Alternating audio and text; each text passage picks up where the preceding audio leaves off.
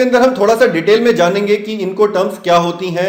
एक एक टर्म को हम देखेंगे कि उनके क्या क्या फीचर्स होते हैं। इनको टर्म की अगर हम फुल फॉर्म कहें तो वो होती है इंटरनेशनल कमर्शियल टर्म्स। तो ये जो है इनको टर्म्स, ये टोटल मिला के 11 टर्म्स हैं। ये इंटरनेशनल चेंबर्स ऑफ कॉमर्स इनको पब्लिश करता है। एक standard definition international chambers of commerce ने दी हुई है ये 11 की 11 टर्म्स की। तो सबसे पहले ये जो इनको टर्म्स थी वो 1936 के अंदर पब्लिश की गई थी। उसके बाद अब ये जो है काफी सारे रिविजन्स हो चुके हैं। अब 2010 वाला लेटेस्ट रिवीजन है। तो अगर हम इनको टर्म्स की बात करें तो ये स्टैंडर्ड डेफिनेशंस या टर्म्स होती हैं जो डिफाइन करती हैं कि आपका इंटरनेशनल ट्रेड किस तरीके से होना चाहिए। तो अगर हमें एक एग्जांपल लेना हो, मान लीजिए कोई बायर है इंडिया में, पुणे के अंदर है, उसको कुछ प्रिंटर्स खरीदने हैं। मान लीजिए वो चाइना से खरीदना चाहता है, 100 प्रिंटर खरीदना चाहता है, और वो मान लीजिए बीजिंग के अंदर उसकी फैक्ट्री है और वेयरहाउस भी सेलर का वहीं पे है। तो किस तरीके से पूरी की पूरी ट्रांसपोर्टेशन चेन होती है, मैनेज होती है, सेलर की रिस्पॉन्सिबिलिटी कहां से कहां तक होती है और बायर की रिस्पॉन्सिबिलिटी कहां से स्टार्ट होती है, ये सारी चीजें इनको टर्म से डिफाइन होती हैं। तो इसके अंदर 3 इंपॉर्टेंट चीजें आ जाती हैं, रिस्पॉन्सिबिलिटी, कॉस्ट और रिस्क। कि सेलर या बायर की रिस्पॉन्सिबिलिटी, कॉस्ट या रिस्क कहां से स्टार्ट होती है और कहां तक खत्म होती है। तो ये डिफाइन करने के लिए सबसे इंपॉर्टेंट जो पॉइंट इनको टर्म के अंदर मेंशन्ड है वो है डिलीवरी पॉइंट। तो डिलीवरी पॉइंट जो होता है वहां तक तो सेलर की रिस्पॉन्सिबिलिटी होती है और उसके आगे बायर की रिस्पॉन्सिबिलिटी होती है। तो ये डिलीवरी पॉइंट अलग अलग होते हैं, उसी के हिसाब से ये 11 टर्म्स बनाई गई हैं। तो अब ये डिलीवरी पॉइंट जो भी होगा उसी हिसाब से इनको टर्म डिफाइन हो जाएगी। तो वो आप कन्वीनियंस के हिसाब से सेलर और बायर डिसाइड कर सकते हैं कि वो डिलीवरी पॉइंट एग्जैक्टली क्या होगा। अब ये जो कन्वीनियंस है ये अलग अलग चीजों पे डिपेंड कर सकती है। कुछ केसेस में सेलर जो है वो अपनी कंट्री के अंदर आसानी से हैंडल कर सकता है कार्गो को, और कुछ केसेस में कुछ सेलर्स ऐसे हैं जो मान लीजिए उनका दूसरी कंट्री में भी ऑफिसेज हैं या उनके पास शिपिंग हैंडल करने की कैपेबिलिटी है, तो वो उतना पोर्शन भी हैंडल कर सकते हैं। उसी तरीके से बायर के ऊपर डिपेंड करता है कि अगर उसको लगता है कि मैं कॉस्ट कटिंग कर सकता हूं तो वो हो सकता है कि एक्सपोर्ट कंट्री के अंदर ही कार्गो को उठा ले। तो इन सारी चीजों को हम थोड़ा सा डिटेल में समझेंगे। उससे पहले हम ये जान लेते हैं कि ये ट्रांसपोर्टेशन चेन ट्रैवल कैसे करती है। तो सबसे पहले तो सर्विसेज के अंदर जो आ जाता है वेयरहाउस सर्विसेज आ जाती हैं। तो सेलर की रिस्पॉन्सिबिलिटी है सारी की सारी वेयरहाउस सर्विसेज देना, जैसे कि वेयरहाउस अपना मेंटेन करना, उसके बाद पैकिंग करना उस कार्गो की, उसके बाद लोडिंग और इनलैंड ट्रांसपोर्टेशन होता है। अब मान लीजिए हमारे एग्जांपल के अंदर ये जो 100 प्रिंटर्स हैं इनको लोड करना होगा, ट्रक के अंदर लोड होंगे, ये बाई रोड जा सकते हैं, बाई रेल भी जा सकते हैं। तो हमारे एग्जांपल के अंदर हम ट्रक ले लेते हैं। उसके बाद ये हो गया आपका इनलैंड ट्रांसपोर्टेशन।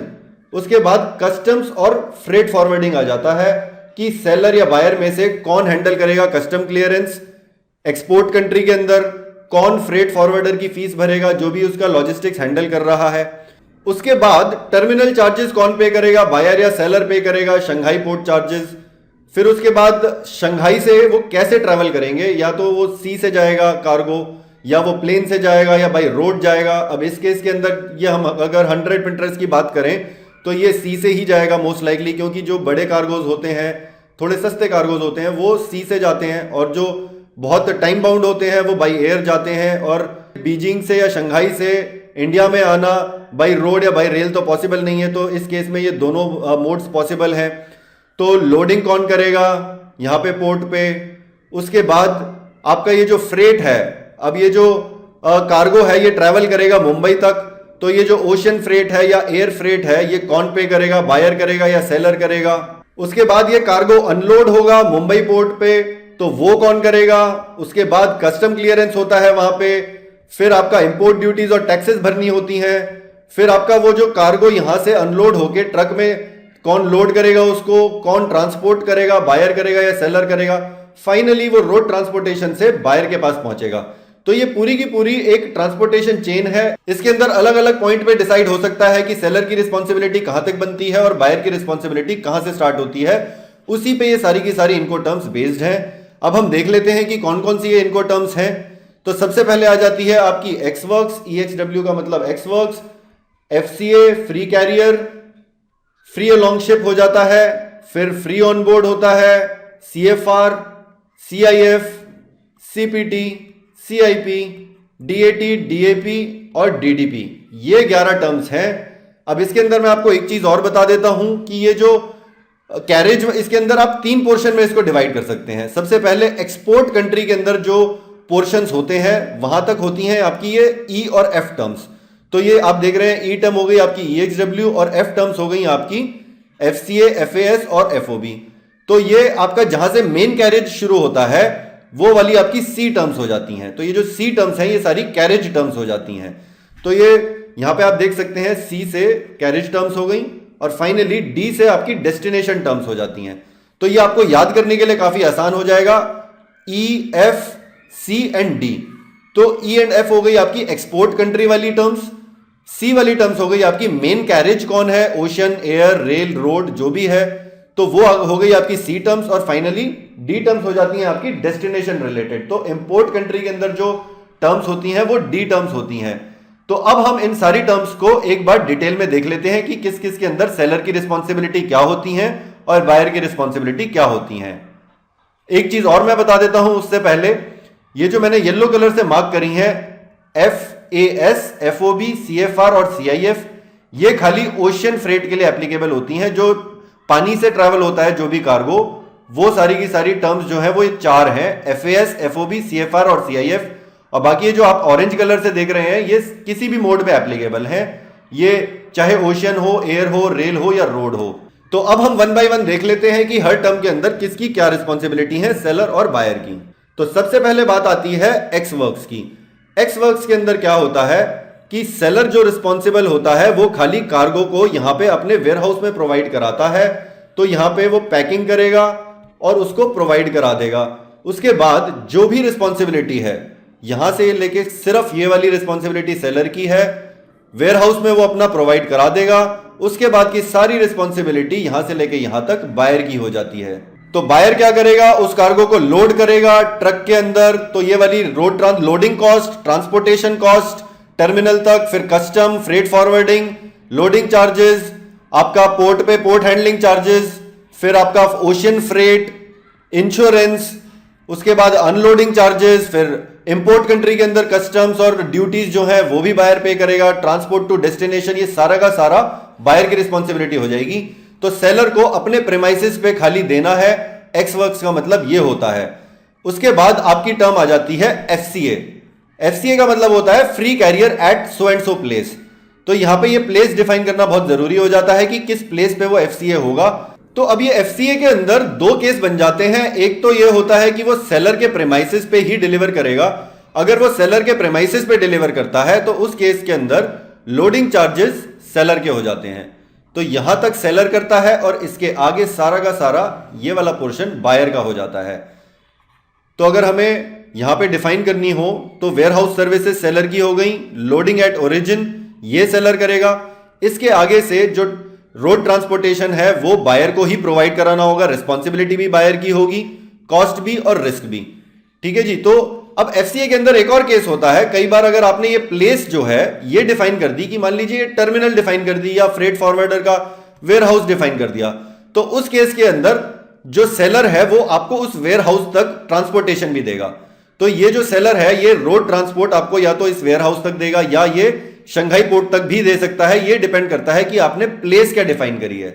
तो जब अगर वो सेकंड केस के अंदर मान लीजिए टर्मिनल तक दे रहा है तो वो वहां पे अनलोडिंग नहीं करेगा, वो खाली अपने वेयरहाउस से लोड करके वहां पे जाके छोड़ देगा।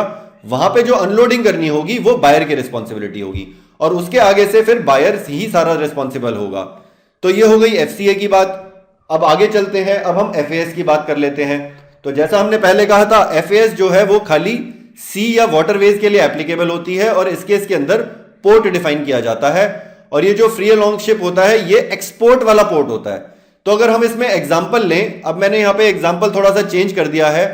तो ये जो सी और वाटरवेज होते हैं ये जनरली बल्क कार्गो के लिए आप डिफाइन करते हैं ये वाली टर्म्स। तो कंटेनर कार्गो के अंदर ये वाली टर्म्स जनरली नहीं चलती हैं, वो भी मैं आपको बताऊंगा ऐसा क्यों होता है। तो अब हम इसमें एग्जांपल ले लेते हैं बल्क कार्गो का। मान लीजिए कोई आयरन ओर आपको एक्सपोर्ट करना है उड़ीसा से किसी माइन से, तो इस केस में हम आयरन ओर का एग्जांपल ले लेते हैं। तो उस केस में क्या होगा, ये आयरन ओर ट्रैवल करेगा लेट्स से विशाखापट्टनम पोर्ट में, पोर्ट तक वाया रोड, और विशाखापट्टनम पोर्ट से ये शंघाई पोर्ट तक जाएगा, शंघाई पोर्ट से ये मान लीजिए किसी शंघाई की फैक्ट्री में जाना है, किसी स्टील फैक्ट्री में जाना है, तो इस केस में थोड़ा सा ये डिफरेंट हो जाएगा। और ये जो FAS टर्म होगी, ये जो सी से ट्रैवल करेगा उस केस में ये एप्लीकेबल हो जाएगी। तो इस केस के अंदर क्या क्या रिस्पॉन्सिबिलिटीज होंगी सेलर की? एक तो वो वेयर हाउस सर्विसेज देगा। अब इस केस में वेयर हाउस की जगह ये यार्ड सर्विसेज हो जाएंगी कि वो अपना जो भी आयरन ओर है वो वहां पे अपने यार्ड के अंदर हैंडल करेगा, तो वो सारी कॉस्ट वो बेयर करेगा। उसके बाद लोडिंग उसी की रिस्पॉन्सिबिलिटी है, इनलैंड ट्रांसपोर्टेशन वो पे करेगा, उसके बाद फॉरवर्ड ये फ्रेट फॉरवर्डर की फीस भरेगा, कस्टम्स देगा और टर्मिनल चार्जेस देगा, और फाइनली ये जो यहाँ पे बर्थ है जहां पे वो जहाज खड़ा होगा, यहां पे ले जाके वो कार्गो को छोड़ देगा। तो जो लोडिंग ऑन वेसल है, यहां पे जो लोडिंग चार्जेस हैं, यहां से बायर की रिस्पॉन्सिबिलिटी स्टार्ट हो जाती है। तो यहां से लेके लोडिंग चार्जेस से लेके आगे तक ये सारी की सारी रिस्पॉन्सिबिलिटी बायर की हो जाती है FAS के केस में। उसके बाद अब हम आ जाते हैं FOB के केस में। FOB के केस में सेलर की रिस्पॉन्सिबिलिटी यहां से लेके यहां तक तो है ही, वो यहां पे बर्थ पे ले जाके तो छोड़ेगा ही। इसके अंदर एक एडिशन हो जाता है कि ये लोडिंग की रिस्पॉन्सिबिलिटी भी सेलर की आ जाती है। तो यहां तक आ जाती है आपकी सेलर की रिस्पॉन्सिबिलिटी, और इसके आगे की सारी रिस्पॉन्सिबिलिटी आ जाती है बायर की फ्री ऑन बोर्ड के केस में। तो फ्री ऑन बोर्ड अगर हम इंग्लिश में समझे तो ये फ्री ऑन बोर्ड वेसल है इसका मतलब। तो यहां पे जब हम ये लिखते हैं, तो अगर हम इस आयरन ओर को अगर हम लिखेंगे तो किस तरीके से लिखेंगे? हम लिखेंगे let's say 50,000 tons of iron ore FOB Vizag port. तो इस तरीके से ये टर्म्स एंड कंडीशंस लिखी जाएंगी। तो इसके अंदर हमने जैसा देखा कि सेलर की रिस्पॉन्सिबिलिटी लोडिंग तक आ जाती है, उसके आगे की सारी रिस्पॉन्सिबिलिटी बायर की हो जाती है। उसके बाद अब हम देख लेते हैं कि CFR के अंदर क्या होता है। CFR की फुल फॉर्म होती है cost and freight. Cost and freight का क्या मतलब है कि जो सेलर है वो कॉस्ट तो दे ही रहा है यहां तक कि यहां पे लोड कराएगा उसको कार्गो को, उसके बाद वो फ्रेट भी देगा, तो वो वहां तक शंघाई पोर्ट तक उस कार्गो को डिलीवर करेगा। तो यहां पे डिलीवरी पॉइंट जो है वो शंघाई पोर्ट हो जाएगा, और यहां से लेके यहां तक ये सेलर की रिस्पॉन्सिबिलिटी हो जाएगी, और इससे आगे की रिस्पॉन्सिबिलिटी बायर की हो जाएगी। अब इस केस के अंदर एक चीज होती है, आपको थोड़ा सा जो ध्यान देना है, जो कार्गो का इंश्योरेंस है वो रिस्पॉन्सिबिलिटी नहीं होती है CFR के अंदर इसकी सेलर की। इंश्योरेंस की रिस्पॉन्सिबिलिटी बायर की होती है CFR के केस में। तो हमने ये देखा कि सेलर की रिस्पॉन्सिबिलिटी कहां तक हो गई कि वो यहां तक शंघाई पोर्ट तक ओशियन फ्रेट दे रहा है। उसके बाद बायर की रिस्पॉन्सिबिलिटी स्टार्ट हो जाती है। फिर आपका CIF हो जाता है। CIF CFR से थोड़ा सा डिफरेंट होता है। यहां पे शंघाई पोर्ट तक तो उसकी रिस्पॉन्सिबिलिटी है ही सेलर की, लेकिन सेलर जो है वो खाली शंघाई पोर्ट तक ले जाके छोड़ देगा, अनलोडिंग वो नहीं करेगा। अनलोडिंग उसकी रिस्पॉन्सिबिलिटी नहीं होती है। शंघाई पोर्ट से लेके आगे तक बायर की रिस्पॉन्सिबिलिटी है। तो सेलर क्या करेगा, वो कार्गो को शंघाई पोर्ट पे अनलोड नहीं करेगा, खाली बर्थ तक ले जाके छोड़ देगा। उसके बाद उसकी इंश्योरेंस जो है, इंश्योरेंस भी उसी की रिस्पॉन्सिबिलिटी होगी, क्योंकि इसके अंदर आई का एक इंश्योरेंस के लिए आई होता है कॉस्ट इंश्योरेंस एंड फ्रेट। तो इसको हमें लिखना होगा, तो कैसे लिखेंगे? CIF, हम वही वाला एग्जांपल ले लेते हैं, 50,000 tons of let's say iron ore, CIF Shanghai port, इसके अंदर शंघाई आ जाएगा, शंघाई पोर्ट। ठीक है जी। तो इस तरीके से ये टर्म्स एंड कंडीशंस लिखी जाती हैं। तो इसके अंदर हमने देखा कि सेलर की रिस्पॉन्सिबिलिटी इंश्योरेंस तक हो जाती है, वो शंघाई पोर्ट पे ले जाके छोड़ देगा, और जो ओशियन फ्रेट और इंश्योरेंस है वो उसी की रिस्पॉन्सिबिलिटी हो जाएगी सेलर की। उसके आगे की जो रिस्पॉन्सिबिलिटी है कि उसको अनलोड करना, कस्टम्स पे करना, इंपोर्ट ड्यूटीज पे करना और अपना फैक्ट्री तक ले जाना बायर को, वो उसकी रिस्पॉन्सिबिलिटी हो जाती है। तो यहां तक हमारी सारी की सारी ये सी रिलेटेड टर्म्स खत्म हो जाती हैं। उसके बाद अब टर्म आती है हमारी CPT। CPT होता है आपका कैरेज पेड टू। अब ये जो हमने पहले बात की थी कि ये हर मोड ऑफ ट्रांसपोर्ट में एप्लीकेबल है, अब मैंने यहां पे ये एरोप्लेन और रोड ये भी ऐड कर दिए हैं। तो इस केस में क्या होता है कि आपका जो सेलर की रिस्पॉन्सिबिलिटी होती है वो सबसे पहले तो रोड ट्रांसपोर्टेशन देगा, वेयरहाउस से लेके टर्मिनल तक लेके जाएगा। उसके बाद मान लीजिए हम ये कहते हैं ये प्लेस जो है हमने डिफाइन कर दी कि वो मुंबई तक लेके जाएगा, तो हम कहेंगे CPT मुंबई। तो अगर हमने CPT मुंबई कहा है तो वो यहां तक सारी रिस्पॉन्सिबिलिटी उसकी होगी। तो उसके बाद क्या क्या होगा, तो एक तो वो लोड करेगा उस कार्गो को शंघाई के अंदर, फिर मुंबई तक लेके आएगा। लेकिन यहां पे एक चीज होती है कि जो अनलोडिंग होती है मुंबई पोर्ट के अंदर, अनलोडिंग होगी और ये जो फाइनली ट्रक में लोड होगा ये नेगोशिएबल होता है सीपीटी के अंदर। तो ये जो सीपीटी होता है ये जनरली कंटेनराइज्ड कार्गो के लिए यूज होता है, कंटेनर्स में यूज होता है और साथ में अदर कार्गो के लिए यूज होता है, लेकिन ये बल्क कार्गो के लिए यूज नहीं होता है। तो जैसा मैंने आपको पहले कहा, बल्क कार्गो के लिए आप ये वाली टर्म्स यूज करेंगे, एफएएस, एफओबी, सीएफआर और सीआईएफ अगर वो ओशन से जा रहा है, और अगर कंटेनर्स हैं, वो कंटेनर शिप है, तो आप सीपीटी यूज करेंगे। तो सीपीटी अगर हमने मुंबई बोला यहां पे, तो यहां से लेके यहां तक सारी की सारी रिस्पॉन्सिबिलिटी हो गई सेलर की, और इसके आगे की रिस्पॉन्सिबिलिटी हो गई बायर की। और हमने जैसा कि बात की कि अनलोडिंग और लोडिंग जो होती है टर्मिनल पे, लेट्स से जो भी प्लेस है, ये फाइनल आपने जो प्लेस है ये इसके अंदर बहुत ज्यादा इंपॉर्टेंट हो जाती है। तो ये अनलोडिंग और लोडिंग जो होती है कार्गो हैंडलिंग, वहां पे वो नेगोशिएट की जा सकती है कि बायर हैंडल करेगा उसको या सेलर हैंडल करेगा। तो बायर की जो रिस्पॉन्सिबिलिटीज है, एक तो वो इंश्योरेंस लेगा, जो रिस्क है यहां पे ओशियन से ट्रैवल करने का या एयर से ट्रैवल करने का, वो बायर का है। साथ में कस्टम्स क्लियरेंस कराना, इंपोर्ट ड्यूटीज पे करना, ये भी बायर का होता है। और ये जो कैरेज पेड टू है, अगर ये मान लीजिए हमने पुणे कर दिया, यहां पे सीपीटी की जगह यहां पे अगर हमने पुणे कर दिया, तो ये जो ट्रांसपोर्टेशन है ये भी क्या कहते हैं, सेलर ही देगा। तो अब ये डिपेंड करता है कि ये प्लेस क्या डिफाइन कर रहे हैं हम सीपीटी के अंदर। अब ये जो प्लेस होती है ये कुछ भी हो सकती है, ये शंघाई भी हो सकती है। अगर ये शंघाई हो गई तो सीपीटी जो होगा वो यहीं तक होगा, अगर ये मुंबई हो गई तो सेलर की यहां तक हो जाती है रिस्पॉन्सिबिलिटी, और अगर ये पुणे होती है तो सेलर की रिस्पॉन्सिबिलिटी यहां तक हो जाती है। तो इसके अंदर खाली कस्टम क्लियरेंस, इंपोर्ट ड्यूटी और इंश्योरेंस 100% बायर को देनी है। उसके अलावा अनलोडिंग और लोडिंग जो भी वो प्लेस है वो सेलर और बायर के बीच में नेगोशिएट हो सकती है। तो इसी से मिलती जुलती एक और टर्म होती है हमारी, वो होती है सीआईपी। सीआईपी के अंदर क्या होता है, पूरा का पूरा सीपीटी जैसे ही होता है, इसके अंदर खाली इंश्योरेंस जो होती है वो सेलर पे कर देता है। तो सेलर की क्या क्या रिस्पॉन्सिबिलिटीज हो जाती हैं, एक तो वो वेयरहाउस से, अगर हम अपना वही एग्जांपल ले लेते हैं, मान लीजिए सीपीटी मुंबई वाला ही ले लेते हैं, तो इस केस के अंदर क्या होगा कि वो सेलर यहां से लेके यहां तक पूरा का पूरा लेके जाएगा कार्गो को, लेकिन साथ के साथ वो इंश्योरेंस भी देगा, इंश्योरेंस की भी उसी की रिस्पॉन्सिबिलिटी हो जाएगी। और साथ में जो अनलोडिंग और लोडिंग होगी एट मुंबई वो नेगोशिएबल होगी, बायर या सेलर जो भी करेगा वो पहले से ही आपको डिसाइड करना होगा। उसके बाद बायर की रिस्पॉन्सिबिलिटी है कि वो कस्टम क्लियर कराए और इंपोर्ट ड्यूटीज पे करे। तो ये हो गई हमारी सारी कैरेज रिलेटेड टर्म्स, ये चारों कैरेज रिलेटेड टर्म्स है। तो सीएफआर और सीआईएफ आप तब यूज करेंगे जब वो ओशियन से जा रहा है लेकिन वो बल्क कार्गो है, ठीक है जी। तो मैं यहां पे इसीलिए स्पेसिफाई कर रहा हूं, सीएफआर और सीआईएफ आप बल्क कार्गो में यूज करेंगे, और साथ में सीपीटी और सीआईपी ये दोनों टर्म्स आप कंटेनर कार्गो में यूज करेंगे अगर वो ओशन से जा रहा है तो। लेकिन अगर वो एयर से जा रहा है तो आपको 100% सीपीटी या सीआईपी ही करनी है। ऑल अदर कार्गो अगर मैं लिखूं यहां पे, ऑल अदर कार्गो और ट्रांसपोर्ट, ठीक है जी। तो इस केस के अंदर आपको सीपीटी या सीआईपी यूज करने हैं। अब हम आ जाते हैं डेस्टिनेशन रिलेटेड टर्म्स पे, जो कि है आपकी सबसे पहली उसमें आ जाती है डीएटी। डीएटी का क्या मतलब होता है, डिलीवर्ड एट टर्मिनल।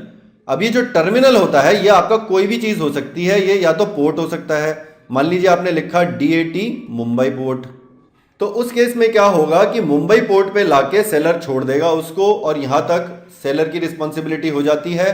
और इसमें एक थोड़ी सी खास बात यह होती है कि जो अनलोडिंग होती है, यहां पे आपने ये देखा था कि सीआईपी के अंदर या सीपीटी के अंदर अनलोडिंग की जो रिस्पॉन्सिबिलिटी थी वो नेगोशिएबल थी, देख रहे हैं आप यहां पे, ये नेगोशिएबल थी। लेकिन डीएटी के केस में सेलर को ही करनी है यहां पे अनलोडिंग, ये फिक्स होता है। अब ये टर्मिनल कुछ भी हो सकता है, अगर आपने यहां पे ये लिख दिया डीएटी पुणे लिख दिया, अगर यहां पे अब ये मान लीजिए पुणे में कोई वेयर हाउस है, तो वो वहां पे भी आपको अनलोड करना हो सकता है। तो उस केस के अंदर आपको क्या होगा, ये वाली जो ट्रांसपोर्टेशन है ये भी आप ही को हैंडल करनी होगी। तो डीएटी के केस में फाइनल डेस्टिनेशन जो भी यहां पे आप पोर्ट या प्लेस डिफाइन कर रहे हैं वहां तक सेलर को करना है, उसके आगे जो है वो बायर की रिस्पॉन्सिबिलिटी होती है। तो ये सारी की सारी बायर की रिस्पॉन्सिबिलिटी हो जाती है। तो इस केस के अंदर फाइनल ट्रांसपोर्ट टू डेस्टिनेशन, ये बायर की रिस्पॉन्सिबिलिटी हो गई कि वो टर्मिनल से लेके अपने यहां तक, अपने प्रेमाइसिस तक वो लेके जाएगा बायर, और साथ ही में कस्टम्स और इंपोर्ट ड्यूटीज और टैक्सेस भी उसी की बायर की रिस्पॉन्सिबिलिटी होती हैं। अब एक और डेस्टिनेशन रिलेटेड टर्म होती है जिसे हम कहते हैं डिलीवर्ड एट प्लेस। अब इसके अंदर क्या होता है कि सेलर की जो रिस्पॉन्सिबिलिटी होती है वो पूरा डेस्टिनेशन तक पहुंचाने की होती है। तो इसमें हम क्या कहते हैं, लेट्स से डीएपी, हमने कहा पुणे फैक्ट्री, पुणे की हमने एक फैक्ट्री दे दी जो बायर की फाइनल है, वहां तक ट्रांसपोर्टेशन प्रोवाइड कराना, यहां तक ये वाली पूरी रिस्पॉन्सिबिलिटी ये सेलर की हो गई। तो इस केस के अंदर बायर की क्या रिस्पॉन्सिबिलिटी है, खाली वो कस्टम्स और इंपोर्ट ड्यूटीज पे करेगा और टैक्सेस, और इसके अलावा सारी की सारी सेलर की रिस्पॉन्सिबिलिटी हो जाएगी। अब ये जो डेस्टिनेशन है ये कुछ भी हो सकती है। अब ये जो प्लेस है जनरली ये बायर का प्रेमाइसिस हो जाता है, लेकिन ये मुंबई का पोर्ट भी हो सकता है, ये बायर का कोई वेयर हाउस भी हो सकता है। तो अगर ये यहां तक किसी वेयर हाउस तक डाल रहा है तो सेलर की रिस्पॉन्सिबिलिटी उस वेयर हाउस तक आ जाएगी, और वेयर हाउस से बायर को ही लेके जाना होगा अपनी फैक्ट्री तक। तो इसीलिए ये प्लेस डिफाइन करना इन डेस्टिनेशन रिलेटेड टर्म्स के अंदर ये बहुत इंपॉर्टेंट हो जाता है। तो आपको आई थिंक ये समझ में आ गया होगा कि डिलीवर्ड एट प्लेस का क्या मतलब है, कि फाइनली डेस्टिनेशन तक वो सेलर लाके छोड़ देगा, लेकिन फाइनल जो अनलोडिंग होगी वो बायर को करनी होगी अपने प्रेमाइसिस पे। इसके बाद एक फाइनल आती है टर्म जिसे हम डीडीपी कहते हैं। डीडीपी का क्या मतलब है, डिलीवर्ड ड्यूटी पेड। तो अगर हम ये लिखेंगे DDP Pune factory, Pune factory, तो उस केस के अंदर सेलर को सारी की सारी रिस्पॉन्सिबिलिटीज हो जाएंगी। वो यहां से लेके यहां तक पूरा का पूरा बीजिंग से लेके फाइनल डेस्टिनेशन तक उसकी रिस्पॉन्सिबिलिटी हो जाएगी, including the customs and import duties. तो सब, लेकिन अब जो फाइनल अनलोडिंग होगी वो बायर को करनी होगी। उसके अलावा पूरा उसके डोर टू डोर भी कह सकते हैं हम इसको, तो डोर टू डोर डिलीवरी जो होगी including import duties and customs, वो सेलर की रिस्पॉन्सिबिलिटी हो जाएगी। बट अब इसका एक छोटा सा ड्रॉबैक होता है डीडीपी का, कि इंपोर्ट ड्यूटीज और कस्टम्स जो है वो थोड़े से हैंडल करने एक सेलर के लिए जो दूसरी कंट्री का है उसके लिए थोड़ा सा मुश्किल हो जाता है। तो उस केस में थोड़ा सा प्रेफरेबल ये रहता है कि आप डीएपी कंसिडर करें। लेकिन अगर मान लीजिए सेलर के का ऑफिस है इंपोर्ट कंट्री के अंदर, तो वो हैंडल कर सकता है, तो उस केस के अंदर डीडीपी पे भी आप जा सकते हैं। तो आई थिंक मैंने ब्रॉडली सारी की सारी टर्म्स कवर कर ली हैं। ये 11 की 11 टर्म्स काफी इंपॉर्टेंट है, इनको टर्म्स जिसके हिसाब से हमारा इंटरनेशनल ट्रेड होता है और किस तरीके से डिलीवरी पॉइंट डिसाइड होता है। तो हमने जैसे बात की कि ई और एफ रिलेटेड टर्म्स होती हैं, वो आपकी एक्सपोर्ट कंट्री रिलेटेड होती हैं, ये आपका EXW, FCA, FAS और FOB। फिर आपकी CFR, CIF, CPT और CIP, ये कैरेज रिलेटेड टर्म्स, सी टर्म्स होती हैं, और फाइनली डेस्टिनेशन रिलेटेड टर्म्स आपकी ये तीन होती हैं, DAT, DAP और DDP।